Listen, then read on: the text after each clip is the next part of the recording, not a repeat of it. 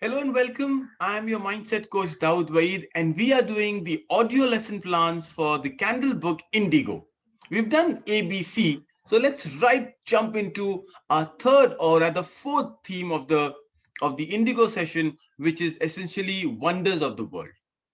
A little bit of background work that I expect you to do for Indigo especially is when I've chosen the wonders of the world, we chose very random wonders. We spoke about the pyramids, we spoke about Machu Picchu, we spoke about Stonehenge, and the references are for students to develop the skills of knowing the world around, knowing what geography means to us. Today we've taken Christ the Redeemer, one of the largest statue, and we'll talk about statues, which is in Brazil. And of course, it's talking about SDG skill tag, quality education goal number 4, and it is about self-awareness. When you look at the flags of the world, one of the most recognizable flag, one of the most popular flag, and trust me, one of the most appealing flag, and of course every nation, every country, every citizen is proud of theirs, and as a proud Indian I love my flag, but so is the conspicuous flag of Brazil, along with say Canada or Sri Lanka, United States, which is always there. People always see these flags. So what do you see in the flag of Brazil? If you notice carefully, the flag of Brazil have a globe and a sky. It's a night sky and a constellations picture. Very interesting conversation that you can have. Why does the Brazil flag have constellation on it?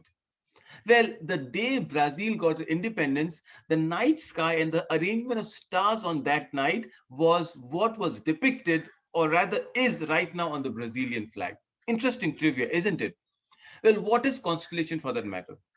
Constellation is a Greek word or a Latin word which means a group of stars. Well, if you look at the night sky and you see the arrangement of these stars, it is absolutely heavenly. And that is what constellation is. Constellation is a group of these stars that form different shapes and size based on our imagination. And you have a lot of them. You have the Ursa Major, the Great Bear, you have the Oreo, you have the Lion, you have the Orion, you have the Aries. Even the zodiac sign are based on some of these stars arrangement, and that is what you're talking about. Can you look at the constellation up? Can you download an app called Google Sky, which is got amazing? Maybe if you had to rearrange the star based on some other imagination, what would you do? So there is an archer, there is a bear, there is somebody hitting, and there's a rabbit out there. So amazing stars that we look at, and that is what we're talking. In fact, NASA has a new constellation on the Hulk. Yes, the incredible green angry man. How about naming constellations on your favorite Avengers? How about doing the star formation and saying, okay, how does an Iron Man look like, or a Thor, or maybe even a Thanos, or a Scarlet Witch? The idea is you encourage them to look up in the sky, and this is the beauty of it. Stars, how powerful, how beautiful stars are. We can speak about it. Well, even in, of course, now with the modern technology, you don't rely so much on it. But my father is a ship captain, and they would use an instrument called the sextant to look at the direction of going using the stars. Even today, you can see the North Pole, the star which will always point you for the north direction. Look at the star direction out there. How did a simple arranged star become a bear? It's a human imagination, isn't it? That is the Ursa Major or the Big Bear.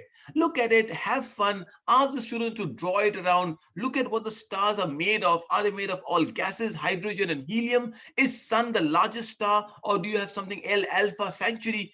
The idea, as I always insist in the Candle curriculum, is to remember the development of skills, and the skills are self-awareness. What happens when you look at the stars?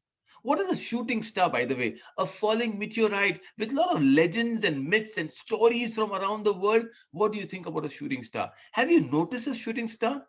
Trust me, some of the common skies where you see a lot of shooting stars is India and Egypt. In fact, in India, if you were to look at somewhere around December, you will see a Geminite Shah. Geminite Shahs are shooting stars that are by dozen, or rather by hundred. You look up the sky and you'll see one after another, one after another. Do you really believe in that shooting star brings good luck, or you do cross your fingers? What are the modern superstitions, myths, and any associations associated? Do they have a background? Do they have some religious connotations? Find out and discuss a lot about this wonder of the world, the night sky. Well, of course, we spoke about Christ the Redeemer, a theme of the session. So, how about statues around the world? What are the most common statues you can recall? And trust me, mostly, it is Statue of Liberty. A lot of people immediately will say the New York Harbor Statue of Liberty, and absolutely, it is very popular, one of the most famous tourist destinations in the world.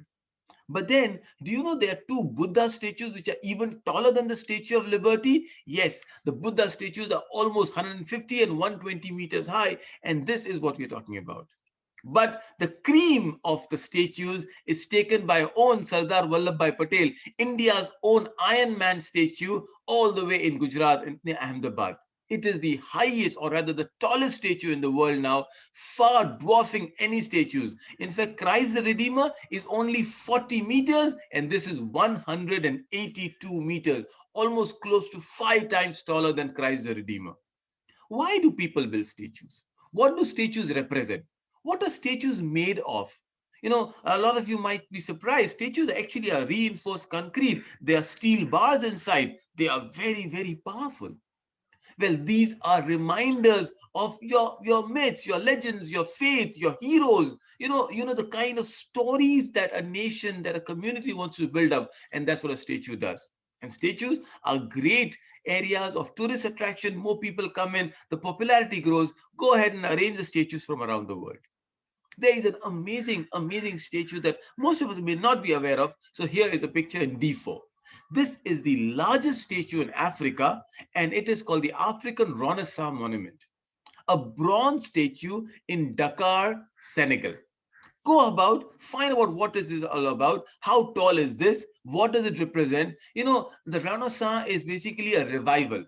So you see a man with a child, and probably his family, his wife involved, that they are reviving the African movement. They are coming out, maybe out of slavery, maybe out of all the labor laws imposed by the colonial masters. What do you think about Africa? When moment you think of Africa, what comes to your mind?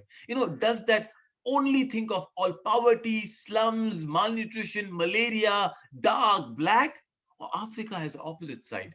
Sometimes we are so biased towards it, isn't it? And that's exactly one of the areas I want to focus on is goal number 10, reducing inequality. And of course, in the statue, we're talking about 9 and 16. 16 is about peace and justice and institutions that are built, strong institutions, but 9 is about innovation and infrastructure. And the statues are a great part of those infrastructure. Finally, the third activity on Brazil is go ahead, search for Brazil on the map. It is the largest continent in South America. And what else do you know about South America? Well, football for sure, salsa, the Rio Carnival in Brazil. And when you think of football, any heroes, of course, Pele is an icon. He's like, the I think Sunil Gavaskar, I can't say Tendulkar, because then you have got Neymar, and then you've got the Ronaldos and Ronaldinos, and Brazil is about beaches and fun. It is an amazing country, and especially about Amazon. Amazon rainforest actually not only is in Brazil, it also goes on to the neighboring countries, but Brazil has a chunk and the bulk of Amazon rainforest. Well, climate action goal number 13 speaks about how today human greed, our deforestation is now ruining and destroying the Amazons. Some of the most amazing species of animal not found anywhere else in the world is in Amazon. The largest, for that matter, the creature on Amazon is the Amazon panther. But then there are boas, anacondas, there are different type of birds, there are animals, amazing, dangerous spiders, Amazon dolphins, very popular. The piranhas, if you have seen them, a fish that can devour a human or an animal in seconds, in matter of minutes rather. This is what Amazon stands for. One of the largest rivers in the world, and yes, the greatest e-commerce bookstore that you can think of. For that matter, anything that you can find is also Amazon. Let's move on from E to from the first one, D to E. And in E, we are going to the 4 F's of a nation building concept. And today we're talking about flags. Remind the students what the 4 F's were. It is fabric, festival, food, and flag. And of course, you can add finances to it. But today we are talking about flags as a nation building activity, flags from around the world. Your skill tag is interpersonal, you know more people, you know more culture, and then you're also talking about goal number 17, partnership for goals. So what are the unique flags in the world? The only flag that is rectangular in shape, all of the flag. The only flag that's triangular in shape, yes, Nepal's. What's the capital of Nepal? Kathmandu. What is the natural, historical natural icon in Nepal? It's the Mount Everest. What are the people of Nepal called? The Sherpas, the Nepalis. Who was the first man to scale Mount Everest? Sir Tenzing Norway and Edmund Hillary. Edmund Hillary, of course, a New Zealander. Tenzing Norway is a Sherpa from Nepal. What are the square flag? And the square flag that you see here is a Swiss flag, the flag of Switzerland. What's the capital of Switzerland? It's not Geneva, it is Bern. Right? So we are looking at a different concept, we are looking at different countries, and you're finding some unique things in flag. Well, here's a question for you now on E2. Why do you think we don't have round flags? Design your own round flag, but trust me, allow these conversation, allow these questions. I just taken some flag from Senegal and Uruguay and showed them that round flags will not flap in the wind. The flag will fall down, or rather it will not stay. That is why you don't have round flag. Round has a lot of wastage of cloth. It's difficult to make. It is not easy to, perhaps easy to store, perhaps, but that's not what a flag is. Even you can't host a round flag. How about a donut shaped flag? So the idea is you also taking creativity further. Why not this? Why that? And then you ask them to design their own round flag. And we'll do a lot of flag making activity. Can they put star or a sun? What does it mean? What colors they use? What do you think? Imagine if Mad Over Donuts had a flag of its own. I'm sure that would be round. Why don't they design one with the toppings they like? Perhaps whatever Kit Kat topping, or some of the more amazing creamy top one, or some of the flakes one. I have no idea. You can design your flags. Moving on from one flag to another, flag represents an ideology. Flag represents your concept. So people use flag for many reasons. And today, flags have gone beyond the nations. People, kings had their own flag, armies had their own flag. Well, you see a definite pirate flag out there, the Jack Sparrows, pirates of the Caribbean. That's the dolphin flag is actually a country nation's flag. These small nations in near Australia, what we call the Oceania, a part of the continent of Australia, the Papua New Guinea, the Nauru, the small nations that we think of. By the way, some of these nations have the highest obesity rates in the world. So you can talk a lot about these countries and their flags. Very unique. You will not find most of them in the common books. Students will not know. Why don't you talk about it? And of course, who will not know the FCB? FC is Football Club Barcelona flag. People know Barcelona because Messi is there. How about a Juventus flag, or Bayern Munich, or a Manchester United, or a Manchester City? Maybe Liverpool and Chelsea. How about some of the Indian Premier Leagues? It's called Indian Super League flag. FC Goa. What about Northeast Club? What about Mohan ATK, Mohan Bagan? Find out fun about football flags and then ask them, what do the flag represent? For example, if you look at a Spanish flag and if you look at the FCB, there are a lot of similarities. Number one is the emblem. The emblem has certain symbols into it. Of course, it's a jersey, but if you look at the yellow and the red stripes, it's also a Spanish flag. It is from the Inquesta. From the time Spanish won some of the wars. There were civil wars or border wars, and you can speak a lot about it. Find out more about the United Nations flag. Of course, we are the SDG family. Shouldn't we know what United Nations flag stands for? How about a Greenpeace flag? The Olympic flag. What are the 5 rings of Olympic representing? What colors they represent? Of course, if you have to do an FII, the rings represent the continents of the world. And you should look at the ring and decide which continent is represented by which color. The flag I just showed you, the dolphin flag, is actually Republic of Anguilla. So the idea is we take the flag further. If you had to make an iconic flag for your school or your institution or even your family, what flag would you have?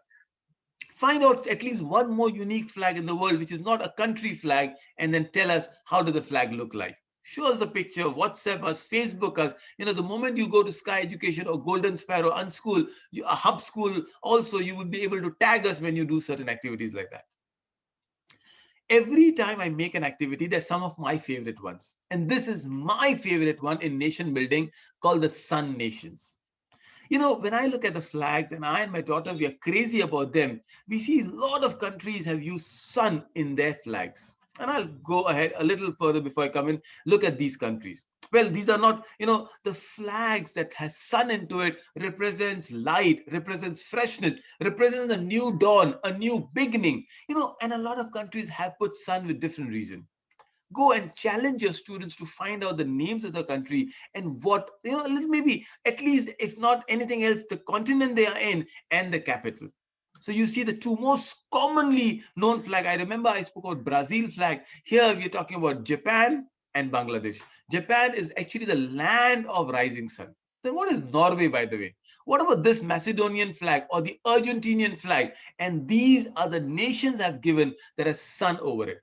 Macedonia, Taiwan, Bangladesh, Philippines, Antigua and Barbuda, Argentina, Malawi, Malaysia, Japan. Go ahead and find out if I missed anything about it. But how about these sun nations? Challenge them, show them the cards, re-ask them, make a quiz around that. But the sun flags are brilliant. Well, all these flags have sun for a reason. What about the moon countries? Are they usually the Muslim countries, or moon also is in different nations of the world? What about the cross? Especially if you look at the Scandinavian countries, Finland, Norway, Sweden, all those countries have a cross. So does the English flag that has it. What about the stars, like a Malaysian flag or a United States or Australia or New Zealand? What about unique flags like India, with a chakra into it, or three stripes like Germany, India, Ivory Coast, all have three stripes into it. So many permutation and combination you can make just from the concept of flag. And finally, one of my favorite, how many flags have living things on it? I know for Sri Lanka, sure, it has a lion into it. A lot of Arab countries, though, may not have it, but they have eagle. Egypt has an eagle. Mexico has an eagle or a hawk or a falcon, right? Find out. Zimbabwe, I'm sure, has a animal into it. These are the unique things about a flag, and you'll have fun talking about the flags. Fine. Our third session for the day is character building. F as a theme, ability to learn. An SDG goal has to be 4, and the skill tag is creative thinking. You see, learning is innate part of it. Learning is a system. The moment you love the joy of learning, trust me, learning will become a part of your life. And that's what we are doing with an example. Samir is trying to learn new things. So can you list the order that is easiest to learn for Samir and the highest? So let's say if I were to quickly count down, let's say assuming there are 10 items here on the screen on F1, write down 1 for the easiest one and 10 for the most difficult one. And it is individually based, right? For example, I might write cooking as number 10. Perhaps, but for someone it would be swimming. They are afraid of water, hydro, aquaphobia, or some of you may not read, so reading may be difficult. Or writing a letter, maybe writing is more difficult than reading. Using mobile phone is almost like an innate quality in every one of you, so that might be number 1. How about sleeping? What if you have insomnia? You have sleep deprivation, so that could be number 2. It will be fun. Or ask some of these you don't have to learn. Something like eating, sleeping, talking, they are innate, but children learn how to talk, don't they? So ask how many of them are naturally learned things and how many of them are induced learning that you have to teach somebody. Say using a mobile phone is an induced learning, but it becomes an extension of your arm. That's what Steve Jobs dreamed of. He dreamt of, a palm top, it's why he called palm, and that it's just a part of now today it's a part of a lifestyle. So the idea is your conversation can go around it, and then you can write these order. How about challenging them with some fine new things? Using a laptop for that matter, or using Zoom or technology or recording something. And I have an entire program panned out because students got talent. I want students to record their own videos and share to the world. It's like a Coursera for students that I'm working out with some of my friends. So the ability to learn is an innate great ability. How about animals? For example, a squirrel. Take a case study of a squirrel. What are some of the core ability for a squirrel? Of course, finding nuts, hiding a nut, maybe making a burrow, maybe climbing a tree. These are survival instincts that a squirrel must have, and these are the learning that they have. What about a chameleon? Changing color, right? Or camouflaging itself in to hunt for a fly. What of the slowness? The eyes of a chameleon can rotate 360-degree. Are they instinctively learning or are they induced learning? Or what about the animals when they immediately are born? Actually, they get up and start running. Have you seen a zebra giving a birth? The zebra calf is thrown 5 feet from top. Imagine you've been thrown as a newborn baby. And the moment they're born, the mother doesn't just lick and kiss the child, mother kicks the child. Why? Because they're hyenas and lion waiting, lurking to jump on the little, innocent, incapable baby. So the giraffe baby is actually running as soon as it's born. What a lovely case study on running as such. Well, go to S3, and 6.2 is about learning about learning. Well, a simple technical word is metacognition. When you're learning about something, and that is metacognition, when you read the word learning, what is that one skill that you can think of? Let's do a skill acronym. So if I have the word skill for you, what are the skills that you have? I did one. S for singing. Trust me, I am the Jian of if you know Doraemon, my singing abilities are very, very bad. But let's say I give an example. S for singing, K for karate. So that's a martial art I know. I for ice cream expert. Yes, I know all the ice cream in the world. From Baskin Robbins to Ben and Jerry to Have More. I love my ice creams a lot. L is loving my pet. I've got two guinea pigs and I love my guineas. They're named Asteroid and Aloe. Talk about it. Letter writing, swimming. So, what are your skill set when I say the word skills, and what are things you would love to learn? So, how about taking it a little further and the challenge takes a little longer? The word learning itself. Push yourself, push your students. L can be letter, E can be something like that, energizing. I'm something with energizer. I think if you put more thoughts into it, like the way I put it, you will get a lot of learning ability. Anything. R can be running, R can be resting, N can be ninja techniques. The idea is we are making our children, that's a skill tag, right? We are making them and pushing them to be critical thinkers. Finally, the last activity on learning, the ability one, it should be 6.3, learning all the time. We observe by learning others. So what do you think humans have observed from a fly, a dragonfly for that matter? What about designing the helicopters? Have we done that? How about diving in the ocean? What have you learned this diving part from? Or making tall buildings or planning space missions? And here are some of the brilliant examples I would like to give you. For example, all these that I given you. Dragonflies have taught us how to use the helicopters, birds for flying, diving deep in the ocean, some maybe a shark, maybe a stingray, making tall buildings just from the ant hills, not the antella, right? But the ant hills that have come up. That's huge. Planning space missions. Okay, human imagination have taken us far and wide. What are the other five things you have learned from the nature? Do you know that camouflage has come from animals? Maybe zebras camouflage, maybe the jail prison dress perhaps, or as I special about the eyes, the contact lenses, maybe they are from geckos, those lizard animals. So many things burrowing out there.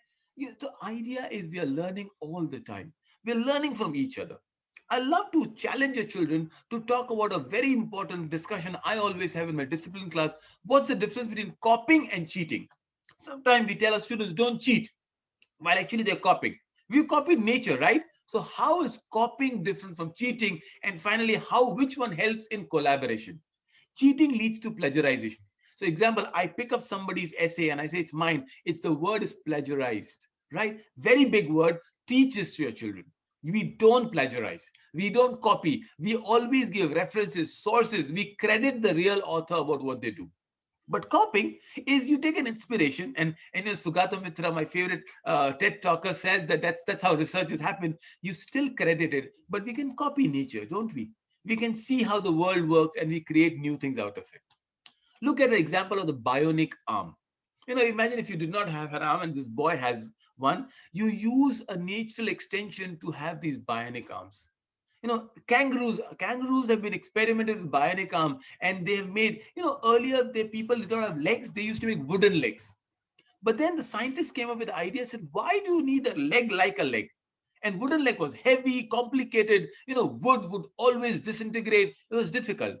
So they said, we don't want a leg like a leg. They made a different like a leg. If you've seen a very famous runner, he's called the Blade Runner, Oscar Pistorius or some other runners, but Oscar Pistorius was in news for wrong reason. That's why he's very famous. Now you see, they are made of fiber and they're a little curved. They're not like any arm. You actually run and be very fast, like a kangaroo. You can hop with these bionic arms. Speak about them, discuss this, and I'm sure the ability to learn will go further and higher. And that's the whole conversation about. All the best, good luck. Any questions, you can always reach me at dawood@skyeducation.in, and I'll be happy to help you solve your queries and answers. All the best. Bye-bye.